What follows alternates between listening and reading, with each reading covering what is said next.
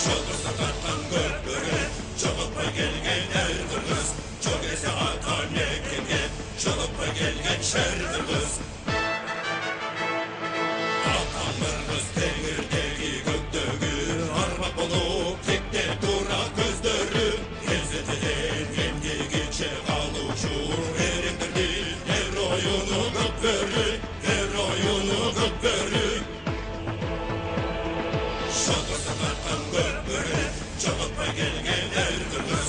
Çok ese atan mekkeге, çolukpa gelgen şerdir kız. Anmazın topunları durasın, kaltağılan babalardın murasın. Kırmız mardan gökbörünün gök doğsun, kılımdarga ulansın, kılımdarga ulansın. Şolkosuna tartkan gökbörü, çolukpa gelgen erdir kız. Çok ese atan mekkeге, çolukpa gelgen şerdir kız. Şolkosuna tartkan gökbörü, çolukpa gelgen erdir kız. Çok ese atan mekkeге, çolukpa gelgen şerdir kız.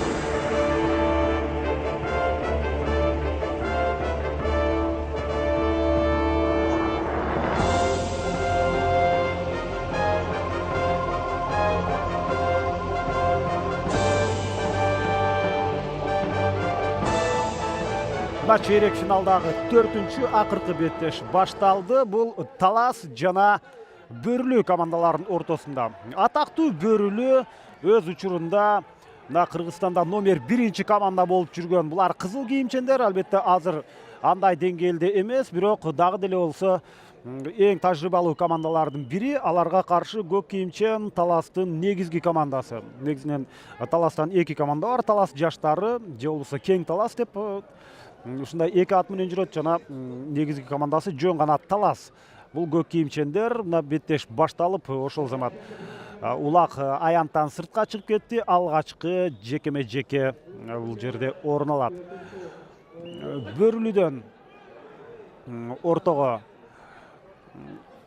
бул жерде 2 команданын тең 10-чу катар сандагы оюнчулар чыкты. Мирлан Сыражидинов жана Урмат Раушан уулу. Урмат Раушан уулу Ахиллести минип жүрөт. Мына Ахиллес азыр эмнегедир ал бир аз артта турат. Мирлан Сыражидинов болсо минген аты Прадо.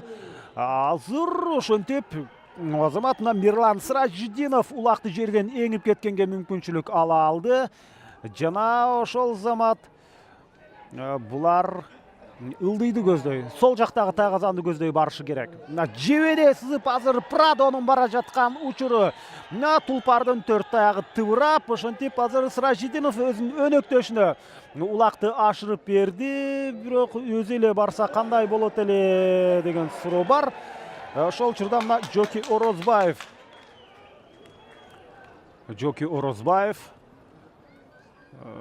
эми бул дагы жок, бул жерде 6-чы катарсында Адилет Дүйшөнбеков ошол Нооруз майрамына карата өткөн беттешти дагы өзүн өтө жакшы жагынан көрсөткөн.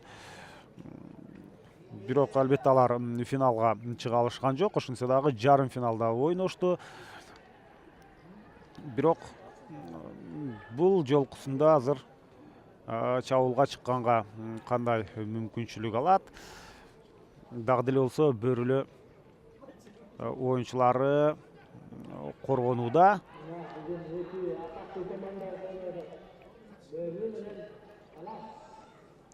Бөрүлө жана Талас командасынын оюнчулары биз азырынча оюнчуларды толук тааныштыра элекпиз. Толук эмес, такыр тааныштыра элекпиз, анткени окуя өтө бат өнүгүүдө. Бөрүлүнүн оюнчусу азыр улакты тартуу алчудай болуп өтө жакшы ылдамдыкта барды дагы улакты жерге таштаганы менен ал аянттан сыртка чыгып кетти.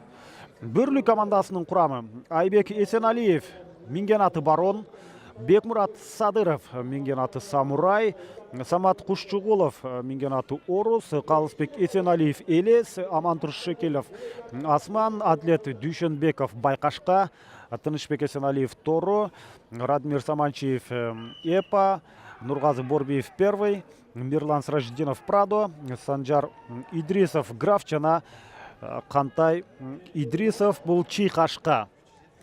Кайрадан жекеме жеке азыр Ахиллес ишенимдүү ортодо турат.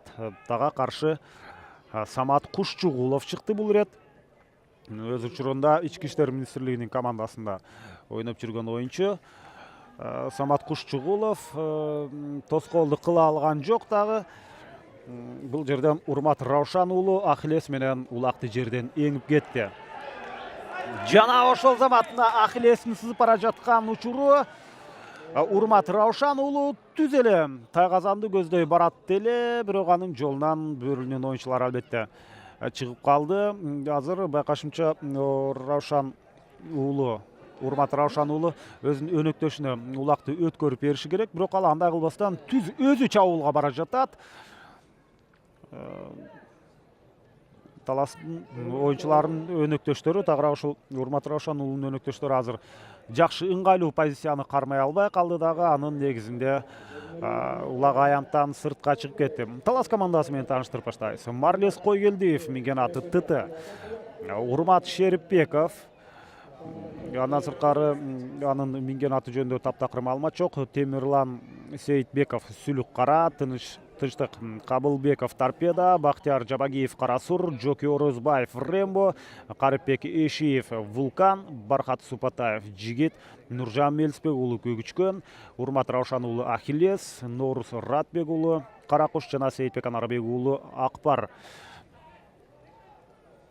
Ушул Сейитбек Анарбек уулу Жишан Алсеитов, Мирлан Алсеитовдордун бир тууганы. Алар Арашан командасында ойноду. Ал эми Сейитбек болсо ушул Талас командасында. Быйылкы сезондо толугу менен бул жакта өзүнүн оюнун жүргүзүүдө. Азыр Урмат Раушан уулу улакты жерден көтөрүп кете алды. Ошол эле учурда эми бөрүлүнүн оюнчусу азыр мына арттан кенедей жабышканына карабастан Адлет Дүйшөнбеков ийгиликтүү боло алган жок. Андыктан Урмат өзүнүн өнөктөшүнө улакты өткөрүп бере алды. Бактияр Жабагиев Карасур менен эки оюнчу ага каршы келди эле. Мына ушундай сүрмө топту азыр жазгырып өтүп кете алды. Азыр сол жагынан өтүшү керек. Эмнегедир ал оң жактан кетти дагы. Аттык токтоду. Эсеп саны 1-0. Улакы тайгазанда. Бактияр Жабагиев өз учурунда Достук командасында ойноп жүргөн Бактияр Жабагиев мына Карасур менен келип Талас командасын 1-0 эсебинде алдыга чыгарды.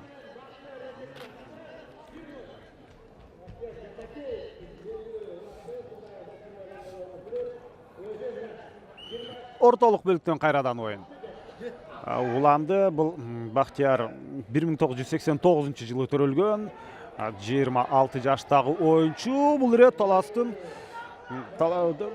Таластын курамындагы оюнчу Норус Ратбек улакты жерден эңип кетти. Негизинен Талас командасынын ушул алсыз жагы улакты жерден эңүү деп айтып келишкен болсо, бул ирет дал ушул сөздү толугу менен жокко чыгарды. Анткени улакты эңип кетүү жагынан Талас оюнчулары өтө жакшы оюнду көрсөттүүдө. Норус Ратбек уулу, минген аты Каракуш, ага каршы эки оюнчу турат. Бирөөсүн албетте өнөктөштөрүнүн жардамы менен жазгырып өттү эле, бирок үчүнчүсү бул жерде Айбек Эсеналиев анын жолунан чыгып калды. Тайгазанга канчалык жакын келгени менен албетте атаандаштар сенин жолуңду тороп турган учурда эсеп сандарын албетте дагы өзгөртүү оорго туруп калат. Бул ирет мына Бактияр ортолук бөлүккө карама каршы тарапка баратат. Аттын оозун тосо койгон жок, бура койгон жок. Мына эми гана бурду дагы. Канчалык ары бери жүргөнүнө карабастан баары бир Бөрүлүнүн коргонуусу өз деңгээлинде азырынча. Албетте бир упайды бир жолу өздөрүнүн тайгазанын коргой албай калышты. Ошентсе дагы бул беттештин фаворити Талас командасы болуп эсептелет. Ошондуктан Бөрүлү мурдагыдай өздөрүнүн чыныгы атагы таш жарып турган учурдагыдай эмес. Ошондуктан шарттуу түрдө Талас командасы фаворит, бирок Бөрүлү мына оюнду жүрүшүндө аларга таптакыр оюнду жүрүшүндө аларга татыктуу оюнду көрсөтүп, таптакыр алардан кем калчу да эмес. Мына ушундай кызыктуу оюнду биз чейрек финалда көрүүдөбүз. Кайрадан эле Бактияр Улак менен ал мына жалгыз келди жана эсепти 2-0 жеткирди. Азамат. Ушундай өзү негизинен оюнчулар Улакты тайгазанга таштап салып жаткан учурда өзү Улак менен кошо тайгазанга түшүп калчу эле. Ал эми Бактияр болсо ал тескерисинче өзү тайгазандын сыртында калды. Ал эми Улак ичинде чыныгы мында жыйынтыкты алып келүү үчүн өз жанын аябаган оюнчулардын бири деп айтсак болот. Анын бактысына кайрадан ордунан туруп беттешти улантып кеткенге мүмкүнчүлүгү бар. Бактияр Жабагиев азыр Талас командасындагы эң пайдалуу оюнчу, эң активдүү оюнчу. Ал учурда Темирлан Сейитбеков Улакты жерден эңип кете алды. Ошол замат Бөрүнүн 2 оюнчусу мына оң жакта. Бул жерде Санжар Идрисов жана Нургазы Борбиев. Мына ушул 2 оюнчу ага каршылык көрсөтүп жаткан учурда Улак жерде калган. Азыр кайрадан Таластын оюнчусу Урмат Шерипбеков эңип кетти. Булар Улакты жерден эңүү боюнча өтө көп машыгууларды өткөргөн сыяктуу. Ошондуктан бул жагынан жакшы жаңы деңгээлге көтөрүлгөнгө мүмкүнчүлүк ала алыштыр. Мына Урмат Шерипбеков 1982-жылы төрөлгөн оюнчу, 34 жашта. Жолсу 33-төн 34кө таяп бара жаткан учуру. Дал ушул Урмат Шерипбеков Улакты дагы деле өз карамагында алып жүрөт. Эми гана өзүнүн өнөктөшүнө өткөрүп берди. Карыпбек Эшиев минген аты Вулкан. Мына Вулкандын үстүндө вулкандай атырылып азыр ортолук бөлүктөн өттү. Анын жолунан тосуп чыкчу оюнчуларды жазгырып, бирок тайгазанга барган менен Улак анын такымында, андыктан аны көтөрүп чыкканга мүмкүнчүлүк болбой алды. Бирок дагы деле мына бир айланып келди эле, дагы жолунан бир оюнчу чыгып калды. Жана кош такым. Ошол эле бул жерде Урмат Шерипбеков менен Карыпбек Эшиев экөө эсепти 3-0 жеткирди. Карыпбек Эшиев бул жерде көп эмгек жасады жана ага жардамга келип Урмат Шерипбеков менен 3-0 эсебин каттап койду. Өтө жакшы башталыш Талас командасы үчүн. Ал эми Бөрүлү жакшы оюнун көрсөткөнүнө карабастан азырынча аларга ийгилик жылмая элек.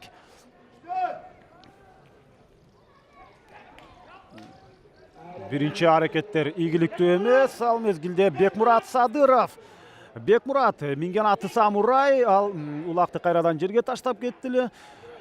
Ким ийгиликтүү болот? Кайрадан эле Таластын оюнчулары. 9-чу катар санда ойногон бул Нуржан Мелисбек уулу. Нуржан Улакты кандай таштады? Таза албетте. Андыктан 4-0. Ошентип Нуржан Мелисбек уулу жакшы оюн жүргүзүп атышат. Албетте өтө кызыктуу, жогорку ылдамдыктагы оюн. Анткени Бөрүлү командасына каршы мындай оюнуңду көрсөтпөсөң, алар албетте сага да ушундай оюнду көрсөтүп коюшу мүмкүн.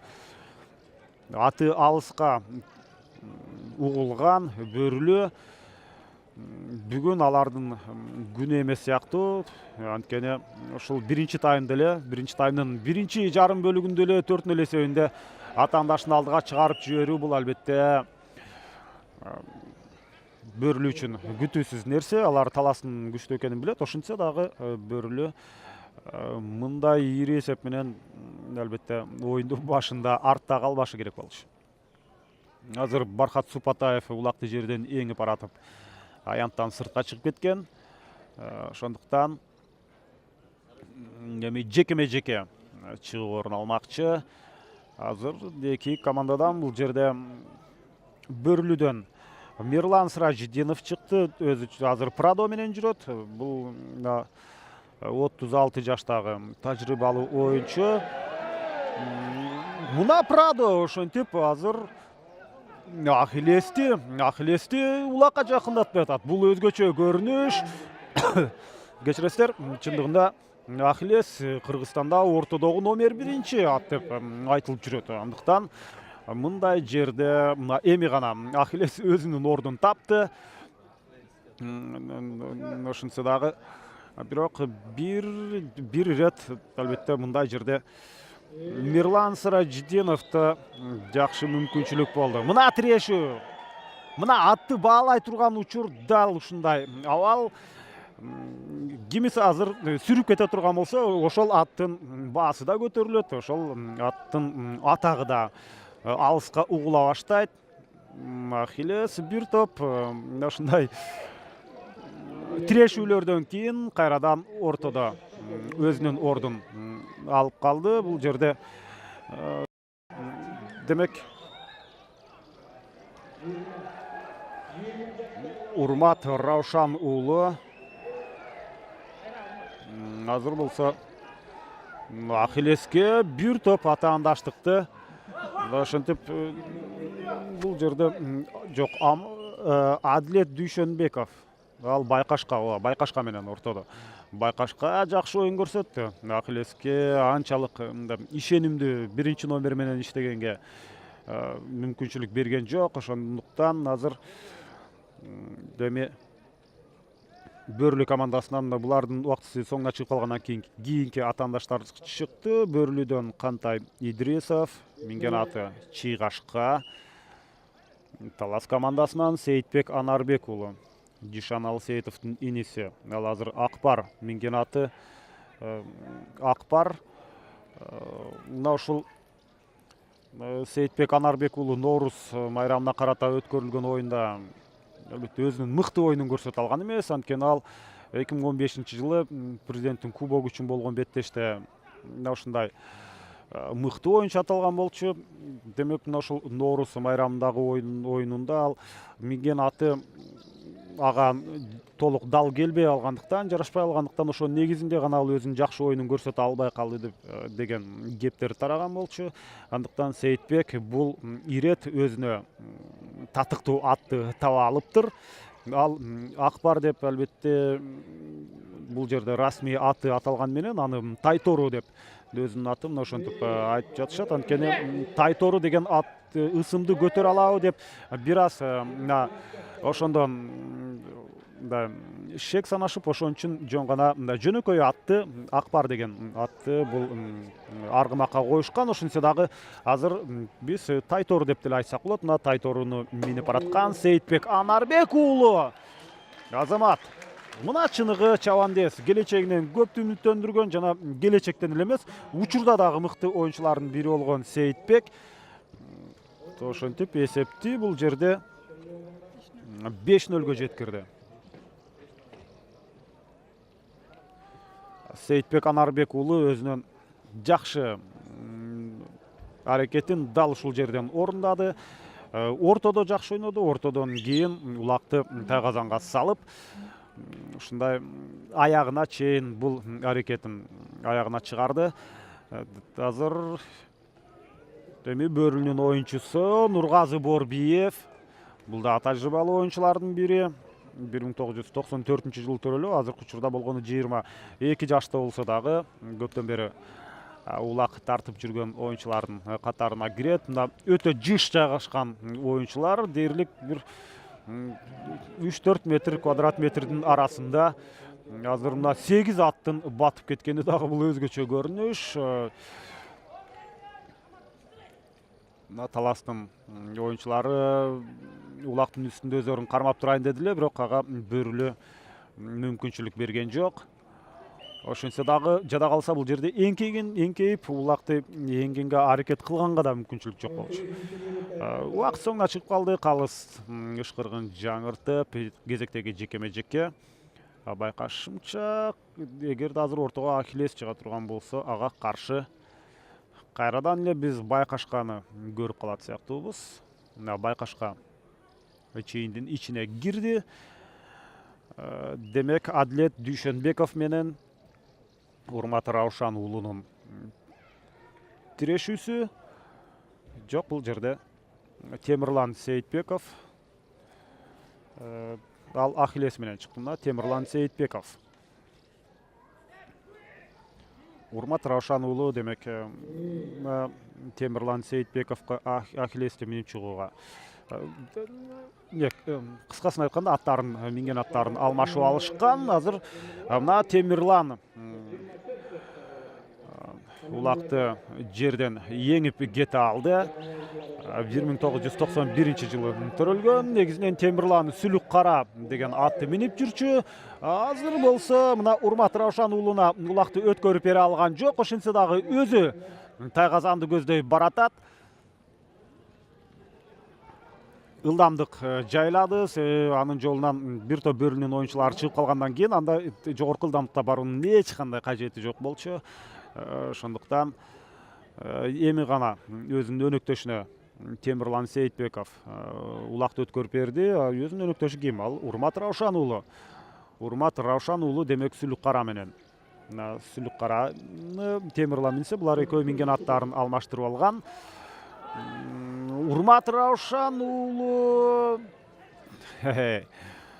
улак тайгазанын кырына чейин кырынан орун алды, бирок кайрадан Айбек Эсеналиев ага каршылык көрсөтүп, өз командасын 6-чы, өз тайгазанына 6-чы улактын түшүп калуусунан сактап калды. Эми Бөрүлүнүн чабуулун көрөбүз. Болгон бир тарапты көздөй гана чабуулдар орун алууда Талас командасынын. Ошондуктан Бөрүлү азыр атаандаштын тайгазанын эмес, өздөрүнүн тайгазаны жактан чыга албай, бирок улакты аянттын ичинде сактап калган учурда 1-20 мүнөттүк соңуна чыгып калды. 5-0 эсебинде Талас командасы алдыда. Биз 2-20 мүнөттүктөн жолугабыз.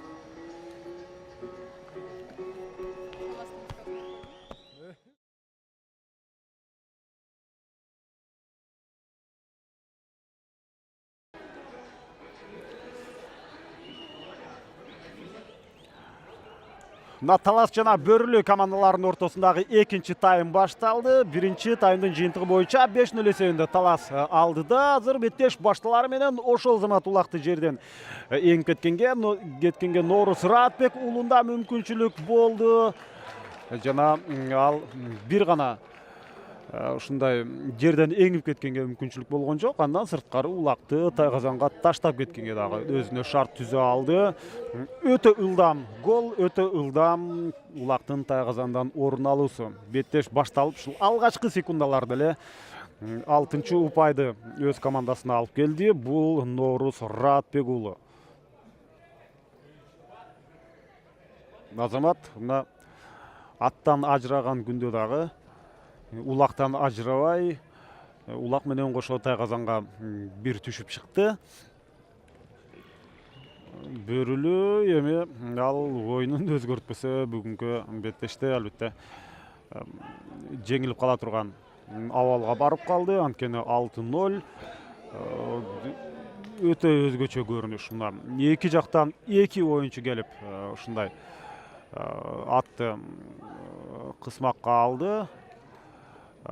Ошол замат ал оюн таласынан сыртка чыгып калды Бөрүлүнүн бул оюнчусу. Жана эми Талас оюнчулары албетте мындай кагылышуулардан эч качан качпайт, тескерисинче ошондой кагылышууларга барат. Бул хоккейдин дагы бир өзгөчө түрү деп айтсак болот. Азыр болсо Сейитбек Анарбек уулу 1-чи таймда өзүн жакшы жагынан көрсөтө алды. Талас командасындагы эң чебер оюнчулардын катарында экенин далилдей алган. азыр мына улакты өз карамагында алып кала алды. Андан талашкан Санжар Идрисов улакты ала алган жок. Сол такымга басып алып, мына Сейитбек Анарбек уулу ишенимдүү турат. Бул ирет алар улакты албетте сала турган жери бул сол тараптагы Тайгазан. Ошондуктан азыр мына Бахтияр Жабагиев өз командасына биринчи жана экинчи улакты алып келген оюнчу. Мына кара сур менен сызып баратат. Анын жолунан бир оюнчу чыкты. Ой, азамат. Албетте улак Тайгазандан орун алган жок, бирок мына ушундай абалда чабуулга чыкканы бул өзүнчө чоң эрдик деп айтсак болот. Бахтияр Жабагиев ортодо турган коргоочунун үстүнөн улакты ашырып таштаганга бел байлап көрдү. Мындай чабуулга албетте оңой менен эч кайсы оюнчу батына өрбөйт. Ошентсе дагы талас оюнчулары азыр ушунчалык өздөрүнө ишенимдүү болуп калды. Себеби алтын өлесөндө алдыга экинчи таймдын башында озуп чыкканы дал ушундай көрүнүштө аларга тартуулайт. Ал мезгилде Бөрүнүн оюнчусу Кантай Идрисов бул болгону 18 жаштагы оюнчу, минген аты чыйгашка, мына ушул чыйгашкадан түшүп калды. Бул Кантай Идрисов, Санжар Идрисов бир тууган оюнчулар. Азыр сүрмө топ улак тартыш менен алек болууда. Эсиңиздерге салып өтөбүз, бул улуу жеңиш күнүнө 9 майга карата өткөрүлүп жаткан Ак Кула ат майданындагы чейрек финалдык беттештердин эң акыркысы. Урмат Раушан уулу улак менен баратат. Ал Сүлүк Кара минген аты дагы деле улакты өз карамагында алып жүрөт. Оң такымга басып алган. Андан улакты тартып алуу албетте жеңилге турбайт. Ошол эле учурда мындай абалдан Тайгазанга улакты салуу да жеңил эмес. Ошондуктан азыр өзүнүн өнөктөшү менин байкашымча Жоки Орозбаевга улакты өткөрүп берди. Жоки Орозбаев бул Норуз майрамында карата өткөрүлгөн турнирде дагы мыкты оюнчу наамын алган оюнчулардын бири. Албетте анда Манас Ниязов мыкты оюнчу болгон. Андан сырткары Жоки Орозбаев дагы талас командасында өтө жакшы оюнду көрсөткөн. Мына Жоки Орозбаев биз көргөн табыштама боюнча ал Рембо деген атты минип жүрөт. Мына куйругун байлап түйүп алган Жоки Орозбаев. Азамат баракелди. Өтө мыкты чабуул жана ушундай өзү Тайгазандын кырында калса дагы улак Тайгазандын ичинде. 7-0 Жоки Орозбаев өз командасынын атынан алгачкы упайды салды. Анткени буга чейин биринчи жана экинчи улакты Тайгазанга Бахтияр Жабагиев салган. Андан кийин үчүнчүнү Урмат Шерипбеков менен бул жерде Карипбек Эшиев экөө чогулуп үчүнчү упайды алып келген. Төртүнчүсүн Нуржан Мелисбек уулу, бешинчисин Сейитбек Анарбек уулу, алтынчысын Норуз Раатбек уулу болсо, ошентип мына жетинчиси Жоки Орозбаев. Булар Кыргызстандын ушул мен азыр аттарын айтып өткөн оюнчулар Кыргызстандын курама командасында ойной турган оюнчулар деп айтсак болот. Азыр таласта Карипбек Эшиев улакты өз карамагына ала алды.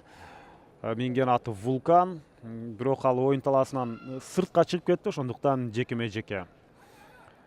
Биз кайрадан Адилет Дүйшөнбековду көрүүдөбүз. Байкашка менен Адилет Дүйшөнбеков бул да тажрыйбалуу оюнчулардын катарында. Өтө жаш экенине карабастан болгону 21 жашта. Ага каршы бул ирет Темирлан Сейитбеков чыкты. Дагы деле Ахиллес менен ошол Темирлан Сейитбеков Ахиллести 3-чү таймда дагы минип чыккан Темирлан Сейитбеков чабуулга жөнөдү. Азырынча ал өзү улакты Тайгазанга сала элек. Бирок ортодо жекеме-жекеде өтө активдүү оюнду көрсөтүүдө. Бул ирет дагы өзү тайгазанга улакты салуудан баш тартты. Анткени Карипбек Эшиевке өткөрүп берди.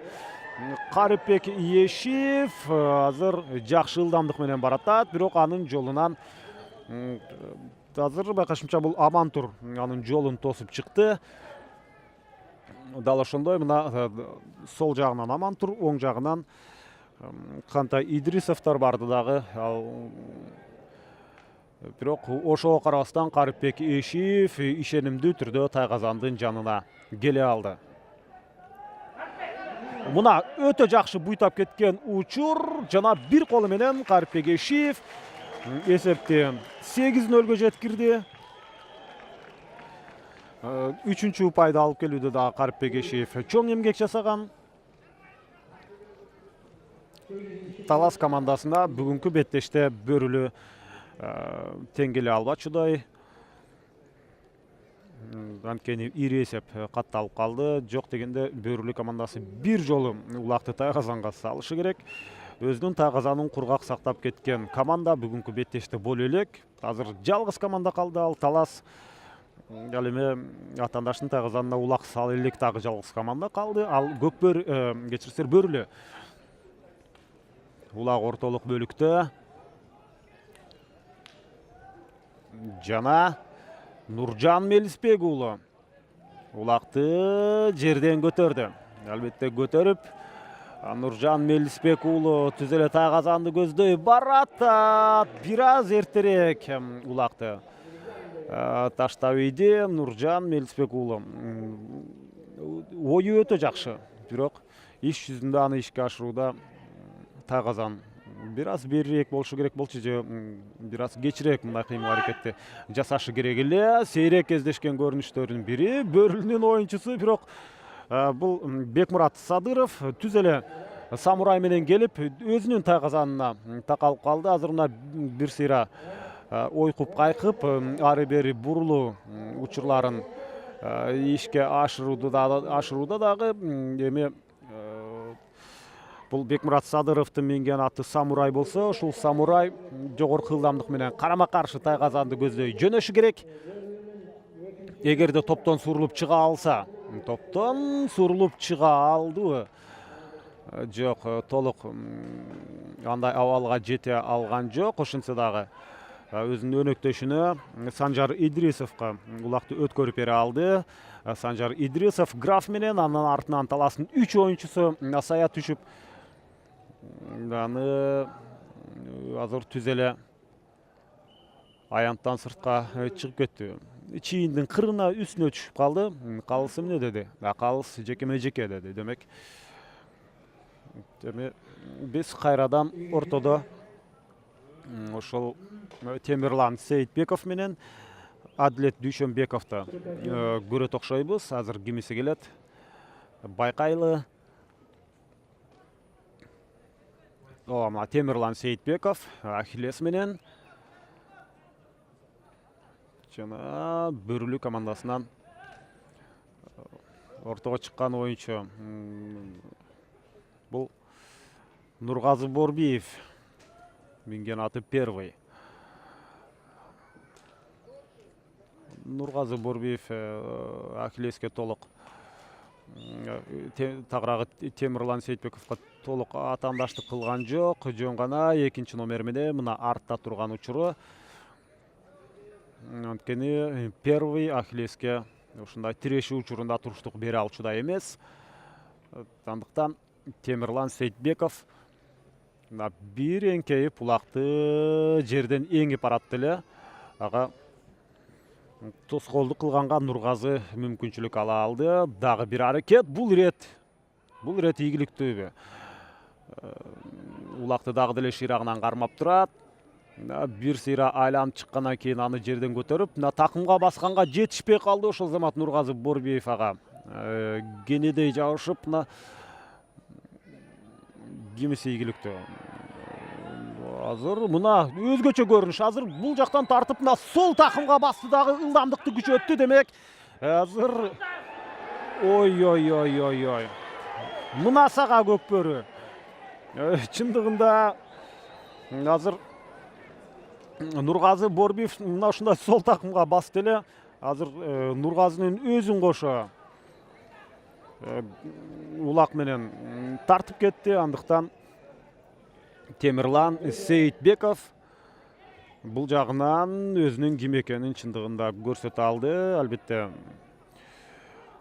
Нургазы Борбиев мындай оор салмактуу оюнчулардын катарында эмес, андыктан мүмкүн ага бир аз салмак керек беле. Болбосо мындай өтө жакшы кыймыл аракети жасап, улакты сол такымга басып, оң жактан бара жаткан учурда эң башкысы Нургазы Борбиев бул жерде эч кандай жараат алган жок. Андан ары мына ордунан туруп басып кеткенге мүмкүнчүлүк ала алды. Кайрадан жекеме жеке чыгуу орун алат. Бул улуу атамекендик жеңиши күнүнө карата өтүп жаткан турнирдин чейрек финалындагы 4-чү беттеш. Ошондой эле Сүймөнкул Чокморов жана Үсөн Кудайбергеновдун жаркын элесине дагы арналып параллелдүү түрдө мына ошондой ошолордун жаркын элесине арналып өтүүдө. Бүгүнкү беттеште мына алгачкы Сары Өзөн менен Төш Булак ойноп жаткан учурда ортого муляж же болбосо жасалма улак коюлган, бирок көрүүчүлөрдүн каршылыгынан кийин гана ал алынды. Бирок биз албетте Акулат майданындагыларга эмес, жалпы Кыргызстандагы ушул көкбөрү сүйүүчүлөрүнө айтып коюшубуз керек. Эгерде биз ушул көзгө басар оюнубуз, улуттук оюнубуз көкбөрүнү эл аралык деңгээлге чыгарабыз десек, биз баары бир өз кезеги келгенде мына ушундай жасалма улак менен ойноого өтүшүбүз керек. Анткени бул эл аралык мына ушундай уюмдардын талабы дал ошондой. Андыктан биз эгерде биз жасалма улак менен беттештерди өткөрө турган болсок, анда дүйнө жүзүндөгү бир нече өлкөлөрдө албетте алгач бул көкбөрү оюну ушундай көрсөтүлүп башташы мүмкүн теле каналдар аркылуу. Андан сырткары бара дээрлик дүйнө жүзүнүн бардык өлкөлөрүндө ушул көкбөрү оюну көрсөтүлүп калса, анда өтө жогорку деңгээлге көкбөрү чыгат. Кыргызстанды биз көкбөрү аркылуу таанытканга мүмкүнчүлүк алабыз. Жана ошондой эле азыр мына ортодо улак тартып жүргөн дээрлик бардык оюнчулар дүйнө жүзүнө барып, ар кайсыл өлкөнүн ушундай улуттук курама командаларына машыктыруучу болуп иштеп, бул спорттун түрүн дүйнө жүзүнө жайылтканга өтө чоң мүмкүнчүлүк түзүлмөк. Бирок биздин көрүүчүлөр ага макул болбой жатышат. Ошондуктан азырынча биз мындай чыныгы серкени оюн талаасына алып келип, анын четинде муузоо менен бизге буга чейин көнүмүш болуп калган улакты жүргүзүүдөбүз. Азыр Бөрүлү сейрек кездешкен чабуулдардын бирине барды, бирок ал ийгиликтүү болгон жок. Улак азыр аянтты таштап кетчүдөй, дал ошондой калыстын ышкырыгы ошол замат жаңырды жана кезектеги жекеме жеке.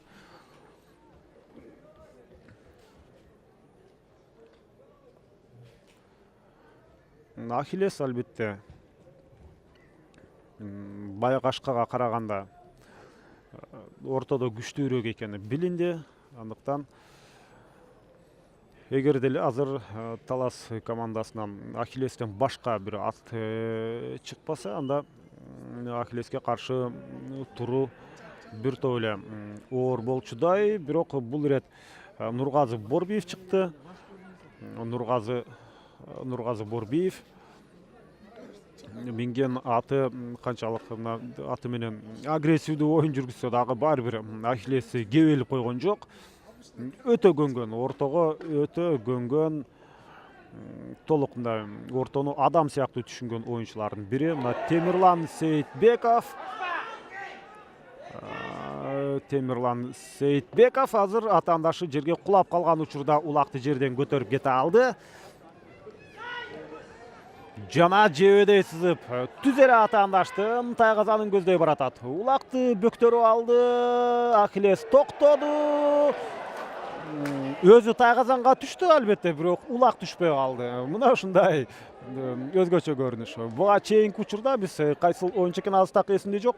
Өзү тайгазанын сыртына чыгып бирок улак тайгазандын ичине түшкөн болчу. Бул ирет Темирлан Сейитбеков тескерисинче. Албетте өзүң тайгазанга түшсөң ал эсепке кирбейт, улак түшүшү керек. Муну баары билет. Жөн гана ушундай кызыктыруу иретинде айтып өткөм, бирок Темирлан Сейитбеков дагы деле улак менен жүргөн мезгили ал тайгазандан чыгып, атына секирип минип, кайрадан улакты өз карамагына алып ала алды. Мына Кыргыздын ат жалында өскөн оюнчуларынын бири деп дал ушундай Темирлан Сейитбеков сыяктуу оюнчуларыбыз менен биз сыймыктанышыбыз керек. Бир гана Талас командасынын көрөрмандары эмес, жалпы Кыргызстан сыймыктанышыбыз керек. Эмне үчүн? Кыргызстандын улуттук курама командасында ойной турган чабандестердин бири дал ушул Темирлан Сейитбеков. Кезектеги жекеме жеке орун алат тагыраагы улак аянттын сыртында. Экинчи тайм албетте биринчи 20 мүнөттөгүдөй анчалык курч өтпөсө дагы кооз көрүнүштөр бар, кызыктуу. Азыр мына Аккулат майданына жыкшыма келген эл дал ушул беттешти көрүп чындап ырахат алып жаткан учуру. Азыр Адилет Дүйшөнбеков чыкты байкашка менен. Байкашка Ахиллеске туруштук берүүдө. Байкашка өтө ортого көнүп баштаптыр. Мына эки аттын канчалык тирешүүсү. Чындыгында биринчи таймдын башында Байкашка дал ушундай каршылыкты Ахиллеске көрсөткөн. Бирок андан кийин эмнегедир бир нече жолу Байкашка ортого чыкпай алды дагы. Анын ордуна бул жерде Нургазы Борбиев первый менен чыгып эле, ал Ахиллеске туруштук бере алган эмес. Азыр болсо Байкашканын албетте Ахиллести сүрүп чыгара албаса дагы ага атаандаштык кылганга мүмкүнчүлүгү бар экенин далилдей алды. Дал учурда Урмат Раушан уулу өзүнүн өнөктөшү Бактияр Жабагиевке өткөрүп берди. Бактияр Жабагиев кара сур менен сызып баратат. Артынан чаң чыгарып, деми дагы бир баскетболдогудай көрүнүшпү? Жок, ой Азамат. Мына бул жерде бир серия тайгазанын ичине улак менен кошо түшүп, бир аз ал жерде жатып, мына уктап турса да болчудай абалды болду.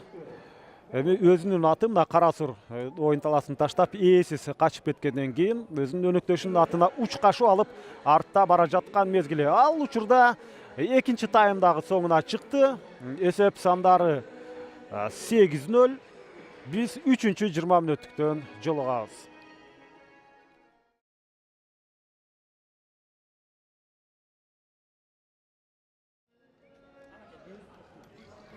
Бөрлүү жана Талас командаларынын ортосундагы 3-чү тайм башталды. Мына ортолук бөлүктө азыр сүрмө топ. Ошол замат азыр Бөрлүүнүн оюнчулары улакты жерден эң кеткенге аракет кылган болсо, ал ишке ашпай Нооруз Раатбек уулу.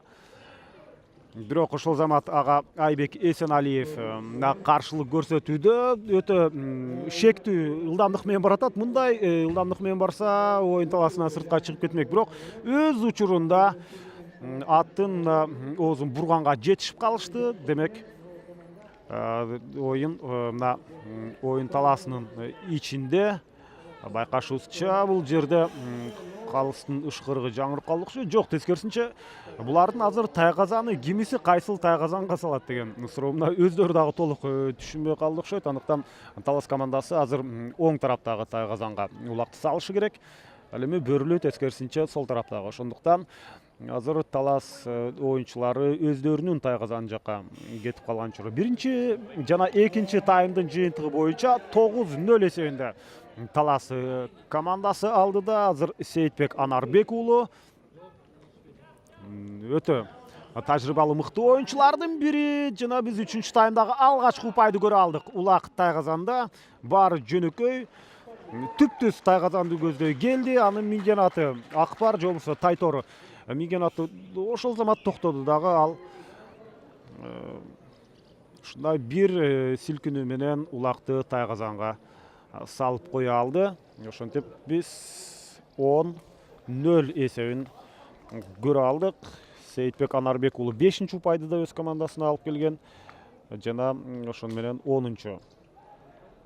Ар бир 5-чи упай демек Сейитбек Анарбек уулунун аткаруусунда деп айтсак болот. Азырынча дал ошондой. Бул ирет Бөрүлүнүн оюнчусу Бекмурат Садыров аракет кылып көрдү. Ал ийгиликтүү болгон жок.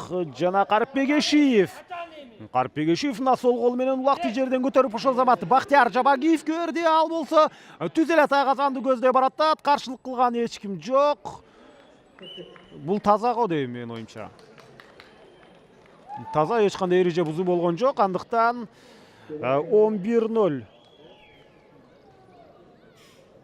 Себеби ал аттан кулап бараткан учурда, ушул Тайгазандын кырына барып жабышкан учурда улак Тайгазандын ичине толук түшкөн болчу. Ошондуктан Карипбек Эшиев, жок, бул жерде Бактияр Жабагиев. Ошентип 11-0 эсебин каттады. Бактияр Жабагиев ошентип 4 ирет ошентип өз командасына упай алып келди. Кайрадан улак ортолук бөлүктө. Деме азыр Бөрүлүнүн оюнчусу Тынчтык Эсеналиев алып барат эле, бирок орто жолдон абал өзгөрүп кетти. Фархат Супатаев минген аты Жигит, мына ушундай жигит менен барып, бирок Тайгазанды кыйгап гана өтүп кете берди. Андыктан бул беттештин деле негизинен тагдыры чечилип калган десек болот. Андыктан жарым финалда ойной турган командалар тууралуу деле биз маалымат берип өтсөк болот. Бирок бул чабуулдан кийин азыр өтө жакшы чабуул. Карипбек Эшиев Вулкан менен келип өз командасына бул жерде 12-чи упайды алып келди. Кечиресиздер. Биз эми ошол жарым финалда беттеше турган командалар менен дагы бир ирет таанышып өтсөк, мына Сары Өзөн менен Кең Талас же болбосо Талас жаштары жарым финалда 7-май күнү беттешет. Азыр болсо кезектеги Таластын чабуулу өтө ишенимдүү бараттат, бирок Нуржан Мелисбек уулу баары жакшы, баары ойдогудай, бир гана улактын Тайгазандан орун албай калганын гана эске албаганда. Анткени Тайгазандын ичинде калса өтө коосу көрүнүштөрдүн бирөөсү болмок. Жана мына ошол социалдык тармактарда же болбосо YouTube сыяктуу ушундай интернеттеги бир топ берүүлөрдө бул чыныгы көп көрүүчүлөрдү кызыктырган учур болмок. Мына сага ийгилик. Тагыраагы ийгиликтүү кыймыл, өтө жакшы көрүнүштү. Бул Темирлан Сейитбеков. Ошол буга чейин ал Ахиллес менен ортодо жекеме-жекеге чыгып атты эле. Ал азыр Ахиллести кайрадан Урмат Раушан уулуна берип, ал өзүнүн сүлүк карасын минип чыкты дагы. Ошентип оюндан өз командасына упайды алып келди. Темирлан Сейитбеков эсеп сандары 13-0. Бөрүлү таптакыр өзүнө окшош эмес деп айтуудан деле алыспыз, бирок мынчалык ири эсепте албетте артта калбаш керек эле. Азыр мына Нооруз Ыраатбек уулу аттан кулап түштү, бирок ал кооптуу мына сүрмө топтон сыртка чыгып кеткенге мүмкүнчүлүк ала алды.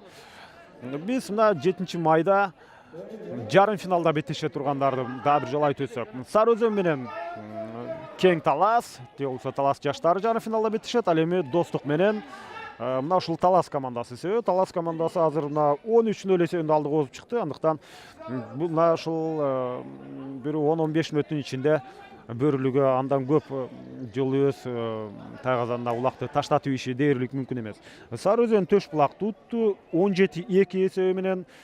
Талас жаштар болсо ички иштер министрлигинин сокулук командасын Буллиттин жыйынтыгында гана утту.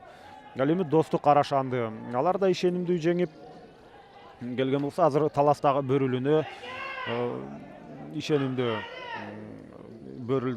ишенимдүү упай айырмачылык менен бара жатат.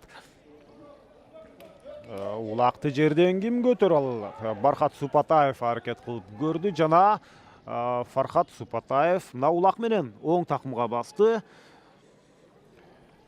Өтө ири эсеп айырмачылык бар болгонуна карабастан биз жогорку ылдамдыкта динамикалуу оюнду көрүп жатабыз. Таң калыштуусу бул жерде Азамат мына ушундай жогорку ылдамдыкта баратканына карабастан улакты аянттан сыртка чыгарып ийишкен жок. Азыр болсо Фархат Супатаев жок, дагы деле өзү экен, бирок улакты сол такымга баса алган. Жок, бул жерде Жоки Орозбаевга өткөрүп бериптир. Ошон үчүн сол такымда, анткени Фархат улакты оң такымга баскан болчу. Азыр болсо мына дагы өзүнүн өнөктөшүнө өткөрүп берүү орун алды. Жакшы ылдамдык менен баратат, бирок кайра артка келиши керек. Сейитбек Анарбек уулу бир сыйра өзүнүн тайгазанын айланып келүүнү чечкен сыяктуу. Мына бул хоккейдегидей көрүнүш орун алды. Шайба менен мына ушинтип дарбазанын артында туруп калган сыяктуу. Бул азыр улак менен тайгазандын артында бирөөсүн жазгырып, мына экинчисин да жазгырып өтүп кетти Азамат Сейитбек. Азыр мына Акбар менен өтө жакшы баратат, ыңгайлуу. Мына сага азыр ушул тайгазандан орун алса, сонун көрүнүш болот. Жана тайгазандан орун алды. Анын минген аты дагы ушунчалык акылдуу экен, ушундан жогорку ылдамдык менен барып, бирок керек учурда тайгазанга барганда тык токтоду дагы. Ошентип бул жерде мен эсептен жаңылдым окшойт. Менин эсебим боюнча бул 14-чү упай. Сейитбек Анарбек уулунун аткаруусунда болду. 14-0. Жана биз дагы бир нече мүнөт, албетте 10 мүнөттөн көбүрөөк мына ушундай кооз чыныгы Көкбөрүнүн үлгүлүү оюнуна күбө болобуз. Азыр болсо дагы улак ортолук бөлүктө биз ошентип мына жарым финалда беттеше турган оюнчуларды айтып өттүк. Сары Өзөн менен Талас жаштары, Достук менен Талас командасы. Алардын жеңүүчүлөрү албетте финалда 9-май күнү 1-чи орун үчүн күрөшөт, жана жеңилгендери 3-чү орун үчүн. Буга чейин мына саналуу 2 ай мурда десек болот, 21 мартта 1-чи орунду Сары Өзөн командасы алган, экинчи орунду Ош облусунун Достук командасы. Ал эми дал ушул Талас алар 3-чү орунду алып калган болчу. Алар ушул марттан бери 9-майга чейин, ушул майдын башына чейин өтө жакшы даярданышыптыр. Анткени алардын азыр оюнунан көрүнүп турат. Улакты жерден эңип кеткен жагынан дагы мурдага караганда бир топ жакшы. Андан сырткары чабуулда улакты тайгазанга салуу жагынан дээрлик бардык жагынан мына ушундай тынбай эмгектенгени көрүнүп турат. Алардын эмгегинин акыбети азыр кайтып жаткан мезгили. Ошентип мына 14-0 эсеби ортодо. Улак аянттан сыртка, тегерек белленген чийинден сыртка чыкты. Жана ким Шамдагай болсо, кимдин мүмкүнчүлүгү болуп калса, ошол оюнчу азыр улакты жерден эңип кеткенге жакшы шарт түзүлөт азыр. Бирок сүрмө топ оңой менен бири-бирине ыңгайлуу шартты түзүп берчүдөй эмес. Ошентсе дагы мына Нооруз Раатбек уулу бир эңкейип көрдү. Андан кийин Карыпбек Эшиев жана Карыпбек Эшиевде дагы анда мүмкүнчүлүк боло койгон жок. Ошентип олтуруп мына бөрүлүнүн оюнчусу бул Нургазы Борбиев. Мына ушул Нургазы Борбиев ушундай жапалдаш бойлуу болуп, өтө Шамдагай оюнчулардын бири азыр мындай күй менен барып улакты Тайгазанга таштачудай болуп эле баратат. Той Азамат. Албетте улак Тайгазанга түшкөн жок, бирок өтө жакшы көрүнүш Бөрүлү командасынын оюнчусунун аткаруусунда тагыраагы Нургазы Борбиевдин. Эми талас оюнчуларынын жообун биз күтмөкчүбүз. Жакшы бара жаткан мезгил, бирок улакты албетте такымга басып алган, ошонун негизинде гана азыр Тайгазанга сала албай калды. Норус Раатбек уулу Каракуш менен бир сыйра азыр позициялык жакшыртуулар керек. Ошондуктан ортолук бөлүккө акырын бара жаткан мезгили мен байкашымча бул өзүнүн өнөктөшүнө улакты өткөрүп берет. Анын жанында Карыпбек Эшиев баратат. Карыпбек Эшиевке улакты өткөрүп берди. Карыпбек бул 33 жашта, минген аты Вулкан. Мына Вулкан менен атырылып жөнөдү. Ошол замат оң жагынан Айбек Эсеналиев ага каршылык көрсөттү эле. Аны чындап сезген деле жок Карыпбек, ошондуктан Тайгазанын жанына барып, мындай абалдан албетте улак Тайгазандан орун алып калышы мүмкүн эмес. Ошондуктан дагы бир жакшыраак ыңгайлуу учурду же күтүшү керек, же болбосо ошондой ыңгайлуу учурду өзү пайда кылышы керек эле. Азыр Карыпбек Эшиев дагы улакты кайрадан өзүнүн өнөктөшүнө өткөрүп берди. Азыр сол такым менен баратканына караганда бул Жоки Орозбаевбы, жок, кандай эмес, Сейитбек Анарбек уулу. Сейитбек Анарбек уулу мына Тайтору менен ал жүрөт, өтө жакшы. Мына жебедей сызып бара жаткан учуру бул түз эле Тайгазандан орун алчудай болуп барат эле, бирок атаандаштарым Кантай Идрисов 18 жаштагы чыйгашканы минип жүргөн ушундай жаш улакчылардын бири азыр Сейитбек Анарбек уулуна каршылык көрсөтүп кала алды.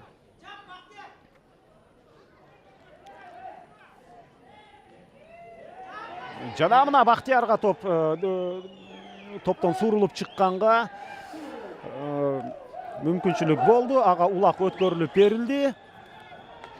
Бактияр Жабагиев ылдамдыгы керемет. Мына топтон кантип суурулуп чыкты. Жана бул албетте өз командасына упай алып келе турган учур болчу. Андыктан 15-0 Бактияр Жабагиев 5-чи ирет улакты Тайгазанга салды.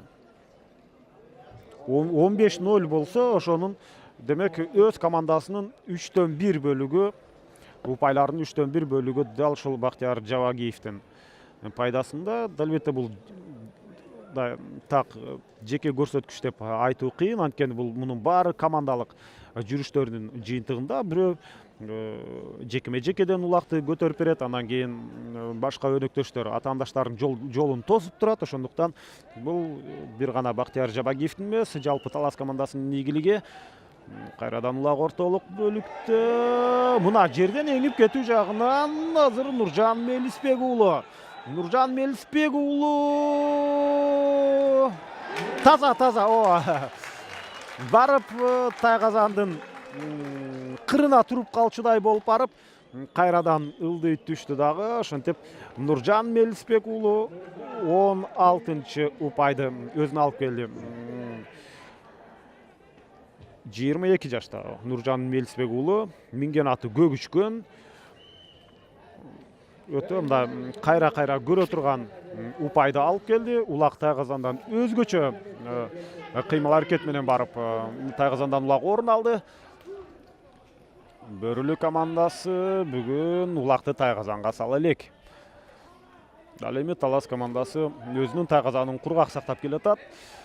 Азыр болсо Урмат Раушан уулу улакты жолдон эңип кете алган эмес. Кайрадан Нуржан Мелисбек уулу. Нуржан Мелисбек уулу өзүн чындап көрсөтө баштады. Кайрадан ушундай көрүнүш.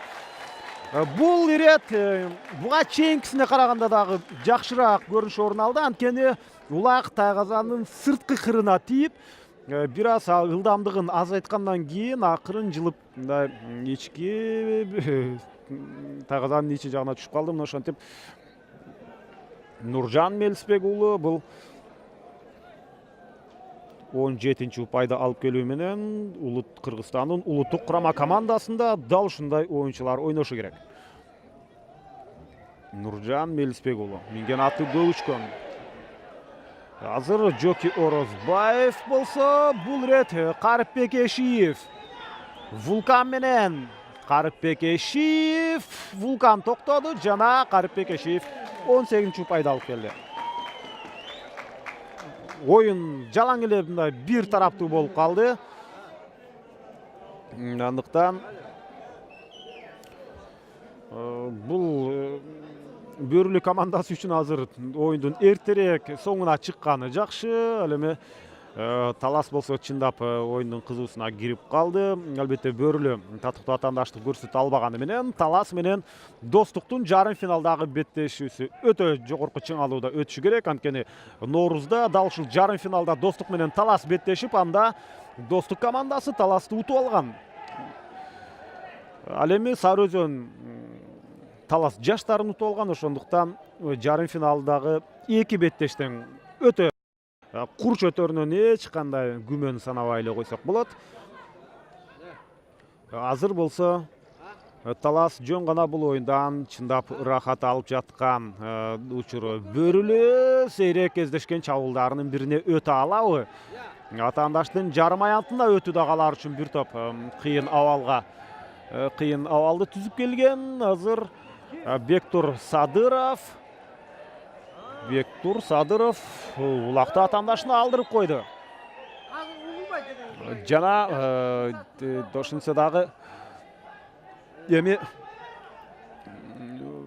жалаң эле ушул тайказанды көздөй Талас оюнчулары чабуулга өтө бербестен ушундай сейрек кездешкен өздөрүнүн жарым бөлүгүндөгү көрүнүштөр. Азыр болсо бул жерден Урмат Раушан уулуна улак өткөрүлүп берилдиби же кимге өткөрүлүп берилди? Дал ошондой мына Урмат Раушан уулуна улак өткөрүлүп берилген, бирок ал аянттан сыртка чыгып кетти, жекеме-жеке орун алат. Урмат Раушан уулу бул жерде сүлүк караны минип жүрсө, демек Темирлан Сейитбеков Ахиллес менен. Мына Ахиллес менен Темирлан Сейитбеков ортого келди. Жана анын атаандашы Адлет Дүйшөнбеков. Адлет Дүйшөнбеков байкашка менен жекеме-жеке. Мына ушул жекеме-жеке көрүнүштөр өтө кызыктуу десек болот. Кечке ушундай улактын тайказандан көрө берсең, тескерисинче ушундай жекеме-жекени көргүң келип калар. Бул турган кеп. Азыр биз байкашка менен мына Ахиллестин тирешүүсүн дал ушул жерден көрөбүз. Бул ирет Адлет Дүйшөнбеков анчалык түз агрессивдүү оюнду жүргүзгөн жок, аны жакшы пайдаланган мына Темирлан Сейитбеков улакты жерден албетте эңип кете алды. Бир кездеги мына ушул 5-6 жыл бою биринчиликти Кыргызстанда эч кимге бербей жүргөн, ошондой эле кошуна өлкөлөрдө дагы Кыргызстандын атын таанытып жүргөн Бөрүлү командасынын азыркы абалы албетте жакшы эмес. Мына ушундай ири эсеп менен утулуп жаткан. Бул Бөрүлүнүн атын Бөрүлү дегенде Кыргызстандын дээрлик баары билгени менен азыр иш жүзүндө мына Талас командасына ушунчалык аларды Талас командасынын фонунда ушунчалык алсыз болуп каларын жекемен күткөн эмес болчумун. Өтө ири эсеп катталып кетти бул жерде 18-0. Азыр убакыт эле албетте соңуна жакындап баратат. Ошентсе дагы Бөрүлү бул жерде Талас командасына каршы ачык оюнду жүргүзөбүз деп ошонун жыйынтыгында. Эми Бөрүлүнүн чабуулу азыр өтө жакшы баратат. Бул Мирлан Сыраждинов, бирок эмнегедир ал ылдамдыгын токтотту дагы. Эми дагы бир ирет экинчи эпкин аркылуу, экинчи толкун менен барганга аракет жасачудай, ошентсе дагы таптакыр талас оюнчулар ага жол бербей жаткан учуру. Тайгазанга кайсыл жагынан келүүнү ойлонуп жатты. Ошентсе дагы мына азыр жакшы мүмкүнчүлүк келди. Улакты такымдан чыгарыш керек. Ай. Бул ирет ийгиликтүүбү? Мына ушундай эң башкысы жок дегенде бир жолу улакты Тайгазанга салганга Бөрүлө командасында мүмкүнчүлүк болду. Бул Мирлан Сыраждинов өз учурунда Мальчик деген өтө акылдуу атты минип жүргөн оюнчу. Азыр албетте ал ат менен оюнду жүргүзбөй алган. Мальчик албетте ал бир топ карып калды. Ал Мирлан Сыраждинов болсо ошол Мальчикти мындай жүгөнсүз башкарып жүргөн деген сөздөр бар. Андыктан ушунчалык Мирлан Сыраждиновду жакшы түшүнгөн ат болгон. Азыр ал жок. Андыктан башка ат менен, Прадо менен Мирлан Сыраждинов чыкты дагы өз командасына алгачкы упайды алып келди. Эми талас командасы мына ушул Мирлан Сыраждиновдун упайына кандай жооп берет? Бирок ал учурда беттеш соңуна чыгып калды, себеби убакыт соңуна чыкты. Андыктан ушул жерден 18-1 эсеби катталды. Чейрек финалдагы эң ири эсеп айырмачылык, 17 упай айырмачылык. Жана ошондой эле биз талас командасынын даярдыгы өтө жакшы экенин байкадык. Бөрүлө аларга туруштук бере алган жок. Демек өтө жакшы жарым финалдык оюндар бар. Алар Сары Өзөн менен талас жаштары жана Достук менен талас командаларынын ортосунда. Мына ушул кийинки жарым финалдык беттештерден жолукканча саламатта туруңуздар. Кызматыңыздарда мен Эркин Абдуллаев болдум. Жана биздин ушул беттешти тарткан съемкалык топ.